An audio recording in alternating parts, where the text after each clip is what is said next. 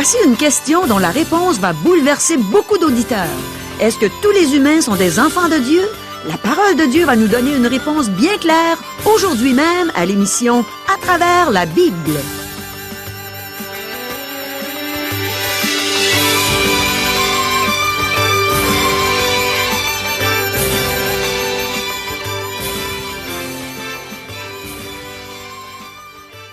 Chers auditeurs, pour en savoir davantage sur le contenu de cette émission, vous pouvez contacter en tout temps Radio Espoir via Internet à www.radioespoir.ca ou par téléphone, sans frais, au 1-877-l'Espoir, 1-877-537-7647.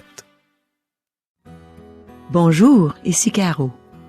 On a beaucoup de bonnes questions aujourd'hui et la Bible va nous répondre avec simplicité et avec clarté. Voici nos questions. Comment notre monde peut-il revenir à la lumière? Comment pouvons-nous savoir si le témoignage de Jésus est vrai? De quelle manière une personne peut-elle venir à Dieu le Père? Qu'est-ce qu'il nous faut pour comprendre la parole de Dieu? Est-ce que Jésus donnait ses propres opinions quand il est venu sur la terre? Qu'est-ce que la foi produit dans la vie d'une personne? Est-ce que c'est normal pour un chrétien d'avoir une vie de défaite? Est-ce que Dieu est le Père de tous les hommes?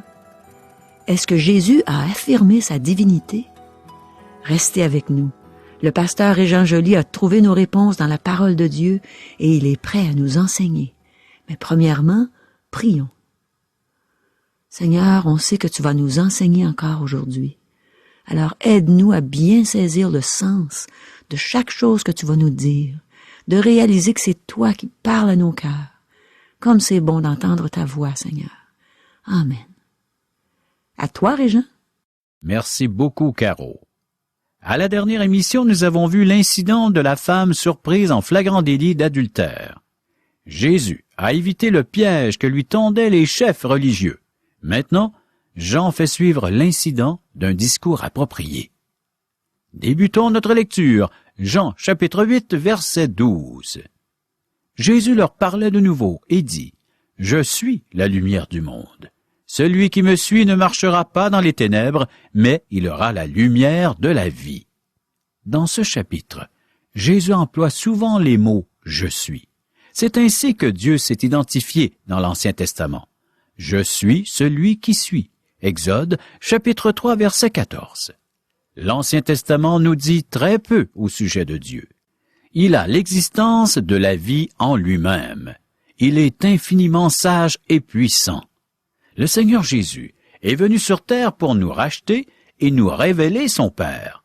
Pour enseigner des vérités éternelles, Jésus s'est servi d'objets de notre quotidien. Le pain, la lumière, une porte, l'eau, un cep, un chemin, etc. C'est avec ces images qu'il a démontré qu'il est la résurrection et la vie. Jésus révèle la sainteté et la justice de Dieu. Dans ce verset, Jésus se compare à la lumière. Il vient tout juste d'exposer le péché des chefs religieux qui voulaient faire lapider une femme en adultère. En se définissant comme la lumière, Jésus affirme sa sainteté et sa justice. Nous en savons beaucoup sur la lumière, mais les scientifiques savent que sa nature est complexe. Cependant, un enfant qui ne comprend rien à la nature de la lumière sait qu'il doit tourner le commutateur lorsqu'il entre dans une chambre sombre. Tout comme la lumière du soleil éclaire le monde, Jésus est notre lumière spirituelle. Tout comme un enfant possède le bon sens nécessaire pour allumer la lumière en pénétrant dans une pièce, toute personne, même un insensé, peut venir à Jésus-Christ pour être éclairé. Si nous avons des hôpitaux, des œuvres de bienfaisance, des orphelinats, des programmes sociaux et des droits de la personne, c'est parce que le Seigneur Jésus est venu sur terre. Oui, chers amis, aujourd'hui nous avons des problèmes dans ces domaines parce que nous avons remplacé notre soleil céleste par un clair de lune. Nous nous éloignons de la lumière. Notre monde a besoin de revenir à la lumière. Pendant la fête des tabernacles, les Juifs commémoraient la colonne de feu qui les guidait la nuit dans le désert. Pour ce faire, ils organisaient un défilé de torches dans le temple. Jésus en a profité pour leur rappeler qu'il est la lumière du monde. Jean chapitre 8, versets 13 et 14. Là-dessus, les pharisiens lui dirent, « Tu rends témoignage de toi-même, ton témoignage n'est pas vrai. » Jésus leur répondit, « Quoique je rende témoignage de moi-même, mon témoignage est vrai, car je sais d'où je suis venu et où je vais, mais vous ne savez d'où je viens ni où je vais. » Le témoignage de Jésus est vrai. Le conflit entre Jésus et les chefs religieux est à son plus fort. Ils l'accusent de se vanter en affirmant qu'il est la lumière. Jésus donne donc 3 raisons pour lesquelles son témoignage est vrai. Premièrement, Jésus sait d'où il est venu, donc il se connaît. Par contre, les incroyants spéculent au sujet de leur origine, processus d'évolution, réincarnation et combien d'autres philosophies de ce genre. Versets 15 et 16. Vous jugez selon la chair, moi, je ne juge personne. Et si je juge, mon jugement est vrai, car je ne suis pas seul, mais le Père qui m'a envoyé est avec moi. Nos jugements sont faillibles, car nous n'avons pas tous les faits, mais seulement des brides d'informations. Par exemple, en matière d'évolution, nous ne pouvons toujours pas expliquer le phénomène même si nous avons décodé le génome de quelques espèces animales. Certaines choses demeureront toujours dans le domaine de la théorie. Soit que nous marchions selon la spéculation ou selon la révélation de Dieu. Deuxième raison. Dans les jugements de Jésus, il n'y a pas de spéculation. Ces jugements viennent de son Père céleste. Il donne les vérités et les jugements divins. Ceux-ci condamnaient l'élite religieuse et c'est pourquoi elle était hostile à l'égard de Jésus. Versets 17 et 18. Il est écrit dans votre loi que le témoignage de 2 hommes est vrai. Je rends témoignage de moi-même et le Père qui m'a envoyé rend témoignage de moi. Finalement, le Père confirme que le témoignage du Fils est vrai. La voix du Père fut entendue du ciel. Verset 19. Ils lui dirent donc, « Où est ton Père ?» Jésus répondit, « Vous ne connaissez ni moi ni mon Père. Si vous me connaissiez, vous connaîtriez aussi mon Père. » Chers amis, il n'y a qu'une façon de venir au Père, c'est en passant par le Fils. Jésus appelle Dieu son Père. Il est Fils à cause de sa position dans la Trinité. Il est Dieu le Fils et il s'adresse à Dieu le Père. Par contre, nous sommes fils de Dieu par la foi en Jésus-Christ, par adoption. Jésus est éternel. Il n'a pas été généré ni régénéré.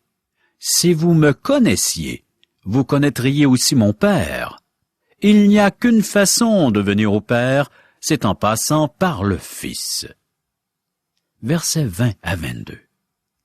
Jésus dit ces paroles enseignant dans le temple au lieu où était le trésor, et personne ne le saisit, parce que son heure n'était pas encore venue. Jésus leur dit encore, « Je m'en vais, et vous me chercherez, et vous mourrez dans votre péché. Vous ne pouvez venir où je vais. » Sur quoi les Juifs dirent, « Se tuera-t-il lui-même, puisqu'il dit, vous ne pouvez venir où je vais. » Le trésor était dans la partie la plus extérieure du temple, la partie accessible aux femmes. Verset 23. Et il leur dit, « Vous êtes d'en bas, moi, je suis d'en haut. Vous êtes de ce monde, moi, je ne suis pas de ce monde. » Pour comprendre la parole de Jésus, il nous faut l'Esprit de Dieu. Dans 1 Corinthiens, chapitre 2, verset 14, nous lisons, « Mais l'homme naturel n'accepte pas les choses de l'Esprit de Dieu, car elles sont une folie pour lui, et il ne peut les connaître parce que c'est spirituellement qu'on en juge. » Seul l'Esprit de Dieu pouvait ouvrir les yeux des chefs religieux. Voilà pourquoi ils ne comprennent rien aux paroles du Seigneur Jésus. Et nous aussi aujourd'hui, nous avons besoin de l'Esprit de Dieu. Verset 24.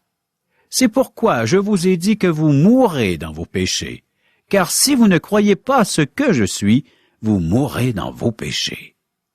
Les gens meurent parce qu'ils sont des pécheurs. C'est une conséquence naturelle du péché. Le seul moyen d'échapper à cette condamnation, c'est d'accepter le Seigneur Jésus comme sauveur personnel. Verset 25. « Qui es-tu » lui dirent-ils. Jésus leur répondit. « Ce que je vous dis dès le commencement. » Les Juifs ne comprenaient pas quelle était la mission du Seigneur Jésus, ni qui il était. Jésus a toujours affirmé qu'il était le Messie, le Sauveur du monde. Il était clair sur cette question. Verset 26. « J'ai beaucoup de choses à dire de vous et à juger en vous, mais celui qui m'a envoyé est vrai, et ce que j'ai entendu de lui, je le dis au monde. » Jésus disait et enseignait ce que le Père lui demandait. Oui, Jésus est venu et nous a révélé le Père ainsi que son plan merveilleux pour l'humanité. Il est envoyé par le Père. Jésus ne s'appuyait pas sur ses opinions ou son intellect. Nous pouvons suivre l'exemple de Jésus en nous soumettant au plan merveilleux de Dieu pour notre vie. Verset 27. Ils ne comprirent point qu'il leur parlait du Père. Tant que l'Esprit ne nous ouvre pas les yeux, nous ne comprenons pas les choses spirituelles. Nous avons besoin d'être illuminés des yeux du cœur par l'Esprit de Dieu. Verset 28. Jésus leur dit donc, « Quand vous aurez élevé le Fils de l'homme, alors vous connaîtrez ce que je suis, et que je parle selon ce que le Père m'a enseigné. » Selon le livre des Actes, de nombreux prêtres et sacrificateurs ont cru en Jésus-Christ après sa mort et sa résurrection. Après la crucifixion et l'envoi du Saint-Esprit à la Pentecôte, de nombreuses personnes comprirent l'enseignement de Jésus au sujet de son œuvre rédemptrice. Nous ne comprenons pas vraiment qui est Jésus tant que nous n'avons pas compris son œuvre à la croix. Il faut passer par la croix pour comprendre et saisir toute la vérité concernant Jésus. Versets 29 et 30. « Celui qui m'a envoyé est avec moi. Il ne m'a pas laissé seul, parce que je fais toujours ce qui lui est agréable. » Comme Jésus parlait ainsi, plusieurs crurent en lui. Contrairement à nous, Jésus n'a jamais eu de regret à la fin d'une journée. Il a toujours fait ce qui était agréable à Dieu. Versets 31 et 32. Et il dit aux Juifs qui avaient cru en lui, « Si vous demeurez dans ma parole, vous êtes vraiment mes disciples. Vous connaîtrez la vérité, et la vérité vous affranchira. » Seule la foi sauve, mais la foi qui sauve ne vient pas seule. Je m'explique. La foi qui sauve produit des fruits. Une personne qui a vraiment la foi veut connaître davantage la parole de Dieu. Les pasteurs vous diront qu'il faut se méfier d'une personne qui n'étudie pas la Bible, même si elle est active en œuvre. Voyez-vous? La vérité nous affranchit, et la vérité, c'est la parole de Dieu. Nous n'avons plus à nous inquiéter d'aller en enfer lorsque nous avons reçu Jésus comme sauveur. Ensuite, le Seigneur Jésus nous demande de lui faire confiance et de le laisser vivre sa vie en nous. Lorsque nous l'invitons dans notre cœur, il nous libère de la condamnation et de la puissance du péché, et par le fait même devenir des instruments de justice. Verset 33. Ils lui répondirent, « Nous sommes la postérité d'Abraham, et nous ne fûmes jamais esclaves de personne. Comment, dis-tu, vous deviendrez libres? » Peut-on être plus aveugle? Ils avaient été esclaves en Égypte et à Babylone, et maintenant ils étaient écrasés par le joug des Romains. Verset 33-44. En vérité, je vous le dis, leur répliqua Jésus, quiconque se livre au péché est esclave du péché. Or, l'esclave ne demeure pas toujours dans la maison, le Fils y demeure toujours. Si donc le Fils vous affranchit, vous serez réellement libre. Je sais que vous êtes la postérité d'Abraham, mais vous cherchez à me faire mourir, parce que ma parole ne pénètre pas en vous. Je dis ce que j'ai vu chez mon Père, et vous, vous faites ce que vous avez entendu de la part de votre Père. » Ils lui répondirent, « Notre Père, c'est Abraham. » Jésus leur dit, « Si vous étiez enfants d'Abraham, vous feriez les œuvres d'Abraham. Mais maintenant vous cherchez à me faire mourir, moi qui vous ai dit la vérité que j'ai entendue de Dieu. Cela, Abraham ne l'a point fait. Vous faites les œuvres de votre père. » Ils lui dirent, « Nous ne sommes pas des enfants illégitimes, nous avons un seul Père, Dieu. » Jésus leur dit, « Si Dieu était votre Père, vous m'aimeriez, car c'est de Dieu que je suis sorti et que je viens. Je ne suis pas venu de moi-même, mais c'est lui qui m'a envoyé. Pourquoi ne comprenez-vous pas mon langage? Parce que vous ne pouvez écouter ma parole. Vous avez pour père le diable, et vous voulez accomplir les désirs de votre père. Il a été meurtrier dès le commencement, et il ne se tient pas dans la vérité, parce qu'il n'y a pas de vérité en lui. Lorsqu'il profère le mensonge, il parle de son propre fond, car il est menteur et le père du mensonge. Une vie de défaite n'est pas normale pour un chrétien. Le Fils nous libère. Nous ne sommes plus esclaves du péché. Une vie de défaite n'est pas normale pour un chrétien. Dieu s'attend à ce que nous marchions par la puissance de son esprit. La vérité nous affranchit de la condamnation et de la puissance du péché. Ceux qui aiment Dieu aiment le Seigneur Jésus. Le Fils vient du Père, et on ne peut en rejeter un sans rejeter l'autre. Dans l'Ancien Testament, nous découvrons les perfections infinies de Dieu, telles son omniscience, son omnipotence, son omniprésence, sa sagesse. Le Seigneur Jésus nous révèle le cœur du Père qui désire que nous revenions à lui. Nous ne sommes pas tous fils de Dieu, malheureusement. Ceux qui s'approchent de Dieu par le Fils, qui mettent leur entière confiance dans le Fils pour leur salut, ceux-là sont régénérés et adoptés dans la famille de Dieu. Les autres ont le diable pour père. Dieu est le créateur de tous les hommes, mais il n'est pas le père de tous les hommes. Il faut être adopté dans sa famille. Les fruits que nous portons démontrent qui est notre Père. Poursuivons notre lecture, versets 45 à 51. Et moi, parce que je vous dis la vérité, vous ne me croyez pas. Qui de vous me convaincra de péché? Si je dis la vérité, pourquoi ne me croyez-vous pas? Celui qui est de Dieu écoute les paroles de Dieu. Vous n'écoutez pas, parce que vous n'êtes pas de Dieu. Les Juifs lui répondirent, « N'avons-nous pas raison de dire que tu es un Samaritain et que tu as un démon? » Jésus répliqua, « Je n'ai point de démon, mais j'honore mon Père, et vous m'outragez. Je ne cherche point ma gloire. Il en est un qui la cherche et qui juge. En vérité, je vous le dis, si quelqu'un garde ma parole, il ne verra jamais la mort. » Essayez d'imaginer la scène alors que Jésus se tient debout au milieu de la foule. Les chefs religieux haïssent Jésus et désirent le faire mourir. Leur cœur meurtrier projette de le faire mourir. Cependant, c'est l'amour qui règne dans le cœur du Seigneur Jésus.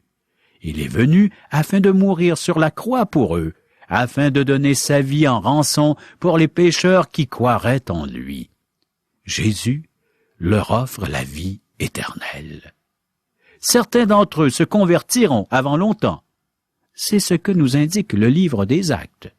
Quel contraste entre le cœur de Dieu et le cœur des hommes. Versets 52 à 59. Maintenant, lui dirent les Juifs, nous savons que tu as un démon. Abraham est mort, Les prophètes aussi étudient « Si quelqu'un garde ma parole, il ne verra jamais la mort. » Es-tu plus grand que notre père Abraham qui est mort? Les prophètes aussi sont morts. Qui prétends-tu être? Jésus répondit, « Si je me glorifie moi-même, ma gloire n'est rien. C'est mon Père qui me glorifie, lui que vous dites être votre Dieu, et que vous ne connaissez pas.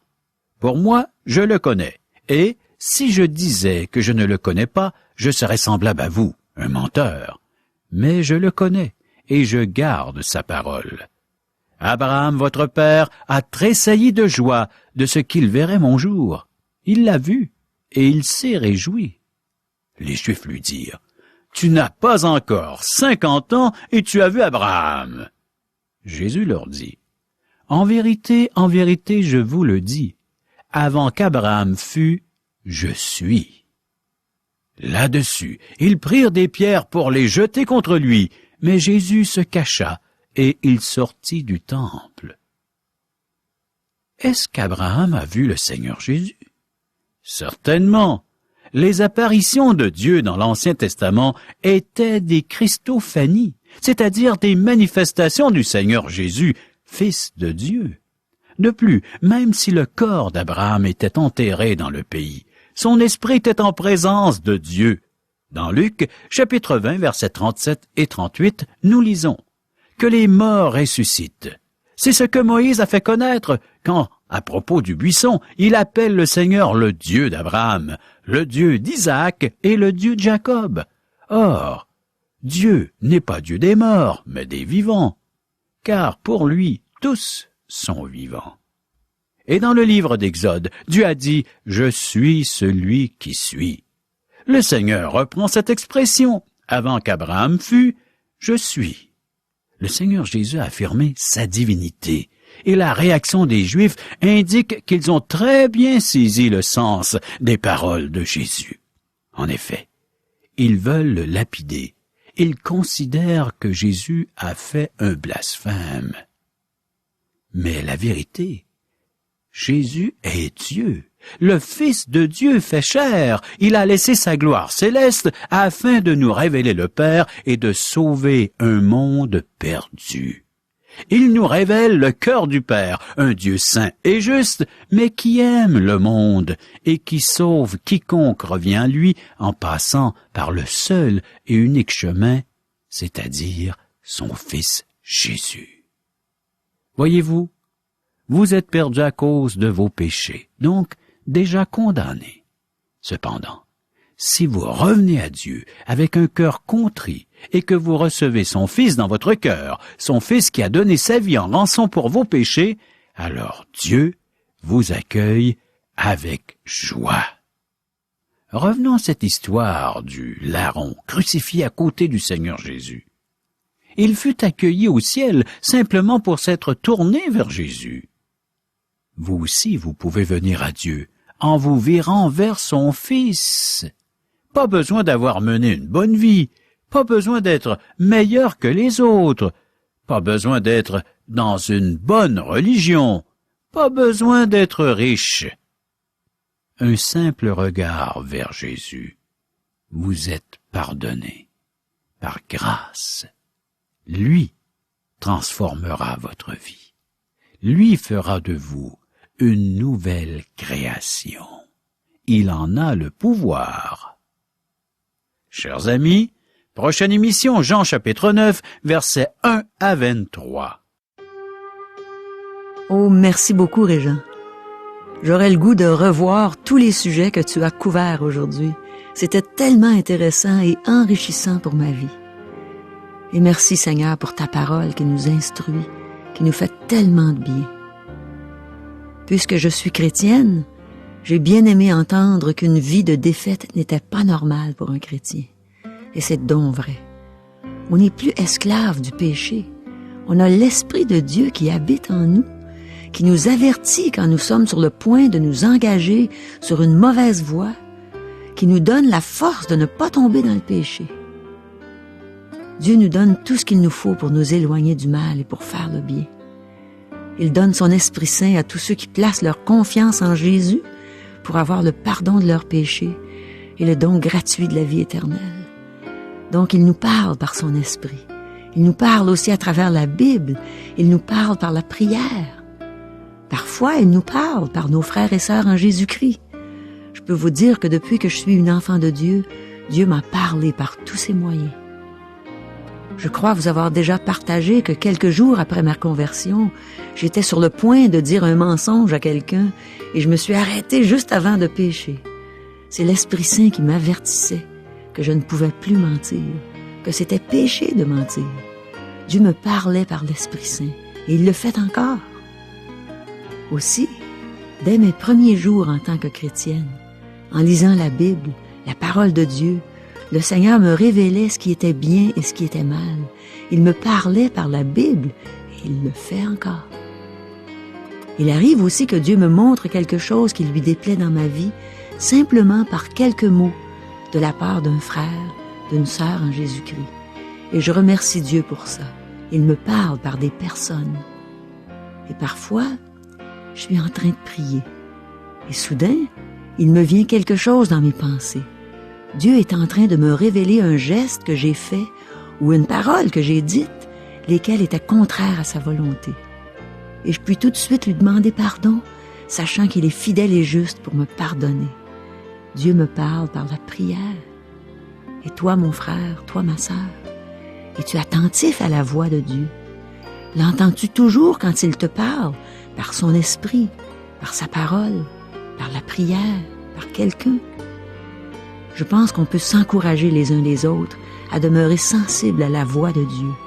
Cette voix d'amour qui se manifeste de toutes sortes de façons dans notre vie pour nous garder sur l'étroit chemin qui mène à notre demeure céleste, où on va passer l'éternité dans sa présence, la présence du Dieu merveilleux. Et toi, mon ami, es-tu sur cet étroit chemin qui mène au royaume de Dieu? Ou es-tu sur le chemin large et spacieux qui mène à la perdition? Eh bien, si c'est le cas, tu peux changer de route, changer de chemin. Jésus a dit « Je suis le chemin, la vérité et la vie. Personne ne peut venir au Père s'il ne passe pas par moi. » Alors, reconnais, mon ami, que tu es un pécheur perdu, que ce chemin large et spacieux sur lequel tu es, il y a peut-être certains plaisirs, mais il ne contient pas le bonheur. C'est Jésus qui est ton bonheur. Reçois-le comme ton sauveur. Reçois Jésus comme ton Seigneur. Chers amis, les gens nous posent souvent cette question, Caro. Qui sommes-nous?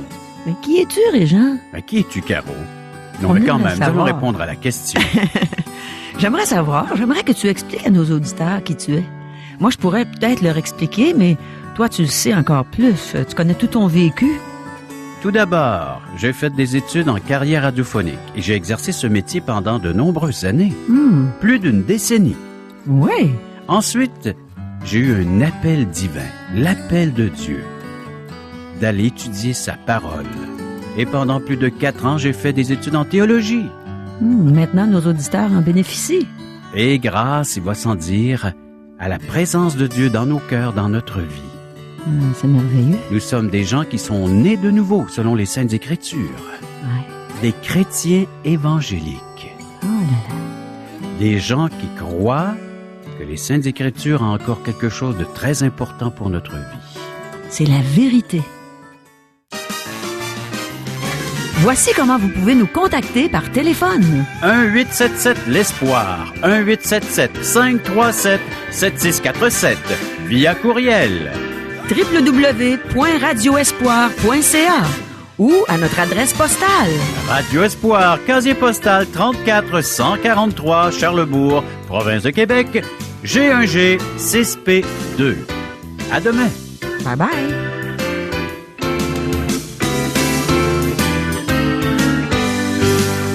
Cette émission vous a été présentée par Radio Espoir.